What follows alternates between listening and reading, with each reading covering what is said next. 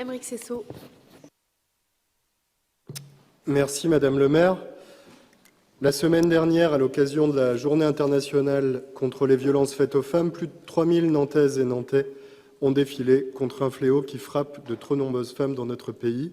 En 2019, plus de 140 femmes sont déjà mortes sous les coups de leur mari, conjoint ou ancien conjoint, bien souvent car elles n'ont pas été mises à l'abri à temps, et ce, malgré leurs alertes. Ce chiffre traduit la persistance d'une violence de genre inacceptable dans notre société. La mobilisation de nos concitoyens le 25 novembre dernier trouve un écho dans le centre post-traumatique Citadelle, inauguré le même jour. Ce centre, unique en France, est le résultat d'une démarche de coopération entre la ville, les acteurs associatifs et les services de l'État. Répondant à l'urgence de la mise à l'abri de ces femmes et de leurs enfants, Citadelle est pourtant plus qu'un lieu d'accueil et d'écoute.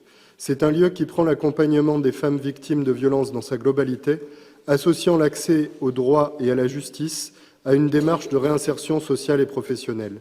La présence de psychologues permettra notamment à ces femmes de se reconstruire afin de sortir du cycle infernal de la violence.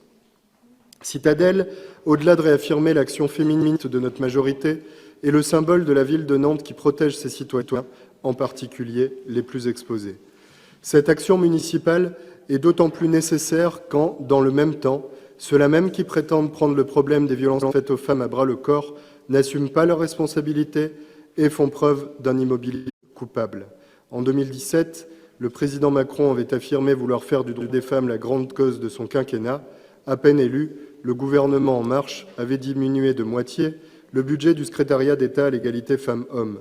Il y a encore une semaine, le Sénat annonçait que le budget total alloué à l'égalité entre les femmes et les hommes était moitié plus important que celui annoncé triomphalement par le Premier ministre. J'ajoute deux éléments dans les débats qui nous occupent actuellement. Si l'égalité femmes-hommes était effectuée de manière salariale, nous ferions rentrer 6 milliards d'euros dans les caisses de retraite. Fin de la parenthèse sur le mouvement social en cours. J'ajoute également que malgré l'effet grande cause nationale, nous n'avons pas reçu un centime de l'État et de Marlène Schiappa sur cette réalisation.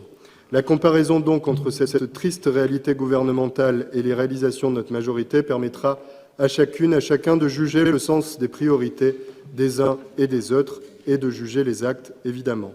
Loin des effets d'annonce régulièrement entendus sur le sujet de la lutte contre les violences faites aux femmes, la ville de Nantes agit concrètement et Citadelle fonctionne déjà en accueillant plus de 15 à 20 femmes par jour depuis son ouverture.